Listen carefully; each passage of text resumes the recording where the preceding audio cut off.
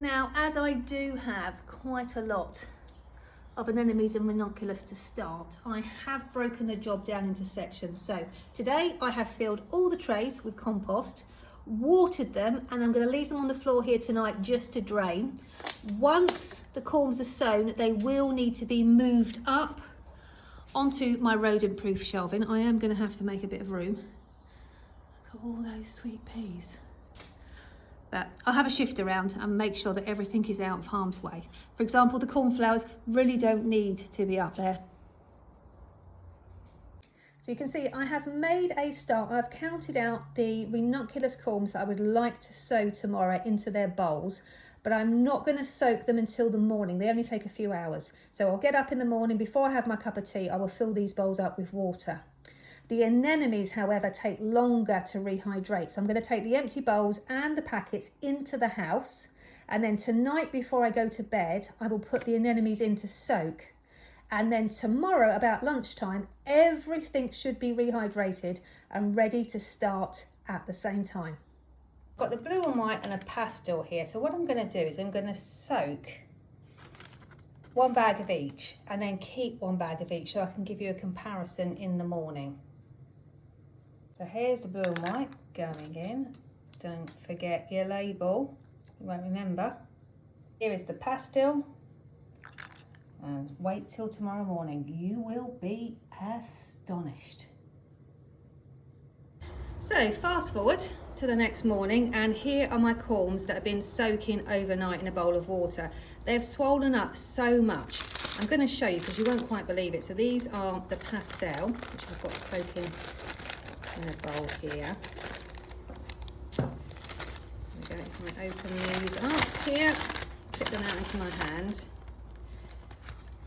So these were how they started, and this is how they finished. I'm going to put them in my hand so you can see properly. There we go. What a difference. What a difference that has made. So these are the dehydrated corms, and this is after they've had a bath. And then this is 3 weeks later. So I've got a tray here. This side's the blue and white, and this side is the pastel. Some of them came up quicker than others, but they are all awake now. We've got 100% germination. And literally, I've been filming this segment over the last couple of days, and every time I look at them, they've grown even more.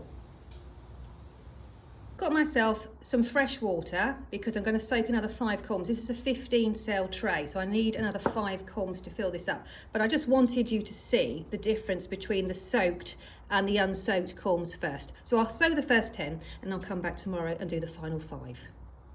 So just like we did with our Ranunculus corms, I'll start here so you can see. I'm just going to dib a little hole. And then with anemones, it's pointy side down. The top of the corm is slightly flat with an impression, can you see? That's where the shoots will come from. And the roots will actually come from the bottom. So they're slightly different to the Ranunculus corms. Let me just tap that in and then just cover it over. You can leave them uncovered a little bit if you want to just check on them, because it's best to not keep lifting them out. They are going to take longer than your Ranunculus, don't forget.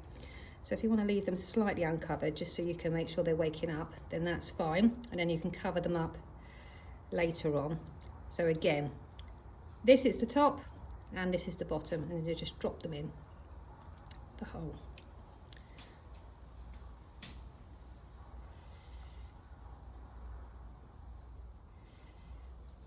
This one's a bit of a funny shape, but again, can you see that little impression on the top?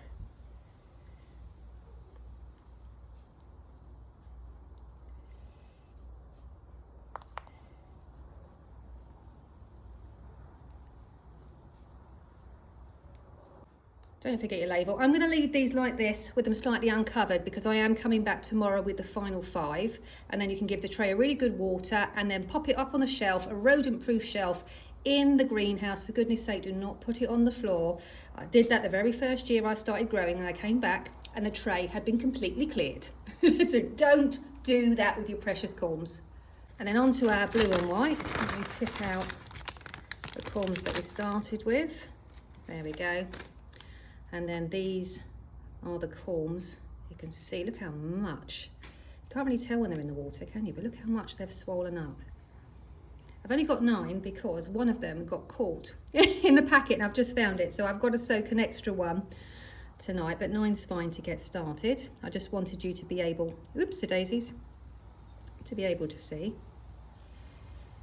Nearly done it again, look. You don't really need to dib a little hole. You can just push them in as long as your compost is nice and soft. Go. So they're just sitting below the soil surface. The reason they're below the soil surface is because that just keeps the corm nice and moist, and that will continue the waking up process. I've marked where I've got up to in the tray. So I've done 9 here, so I've got these 6 to do, and I've done 10 here, so I've got these 5 to do, and I've just put the label at the spot where the last corm went in, so I know where I am. And now I'm going to give them a water and then put them on the shelf in the greenhouse. There we go, and then lift them up onto your rodent-proof shelf. Now please do not sow corms in December or January. The light levels are too low and it's too cold and they won't wake up. You'll risk just rotting your corms off in cold wet compost. If you're sowing them in a couple of weeks' time, if you're just catching up and it's cold in the greenhouse, then maybe start them off in the kitchen and bring them down to the greenhouse as soon as they start to emerge. The Anemones and Ranunculus, although they're both corms and they're both started at the same time, they are different plants. So the Ranunculus will come up relatively quickly, very satisfyingly quickly, where the Anemones will take a bit longer. I've got some in the greenhouse which I'll show you in a moment that I have tested, so I can tell you exactly how long the anemones take to come up. If you find that your anemones are not coming up in the greenhouse, it could be that you're watching the videos a bit later and it's a bit cold in the greenhouse. So in that case, if you don't see any movement after a couple of weeks, bring them into the house until they pop up and then take them back down to the greenhouse. Just be really careful if they haven't started shooting yet that you don't overwater them. Now I've got here a little pot of anemones. This has been growing now for 2 weeks, so it's 14 days since I soaked it, and you can see that we're just now starting to see the first signs of life emerging. They do take longer than your ranunculus, so don't panic if your ranunculus come up fairly quickly and you're still peering at the soil surface with the anemones. They do take a little bit longer, and the idea is that you want to keep these corms moist enough to continue the waking up process, because if they dry back out again, they'll go back into dormancy, but not too wet that you end up soaking and rotting them before they've had a chance to put their roots down and their shoots up. Now I don't want you to disturb your anemones, but I'm going to take one for the team here and I'm just going to tip him out so that you can have a look to see what you should be expecting. There we go, looks like a little alien, doesn't he? A little alien coming out of an alien spaceship.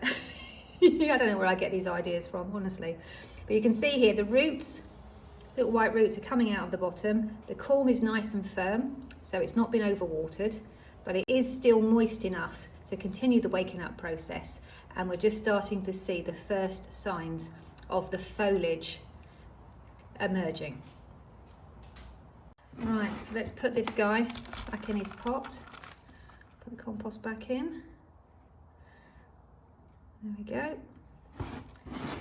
And then I'm very gently just putting the soil all around so that I don't damage any of the delicate little shoots. Okay, just give it a little tap, and then I'm not pressing or touching. And your label. Lovely.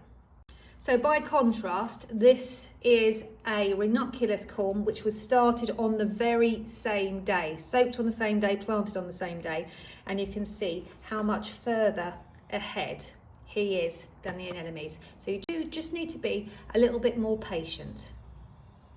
Now, can you see how green this canopy of leaves is? And that is because it has plenty of light. You can also see that the plant is very stocky and the leaves are starting to open up. If it didn't have enough light, not only would the foliage be paler, but you'd probably notice that it's looking a little bit leggy, and it shouldn't be. So it's vital at this point that your ranunculus is not in the kitchen on the windowsill. You need to bring it out into a light, bright location, because you can't pinch ranunculus or anemones. They shoot from the base, so there's nothing to pinch. So make sure that you have enough light. There is lots of information in your handbook on making sure that you don't get any leggy linders. By now, week 3, you should be seeing plenty of action above the soil surface. Don't be fooled if you've just got a few tiny shoots.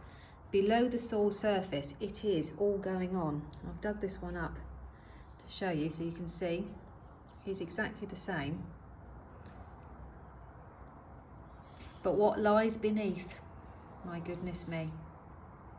What a cracker. Information on growing anemones, it's page 20 onwards in your Anemone and Ranunculus handbook.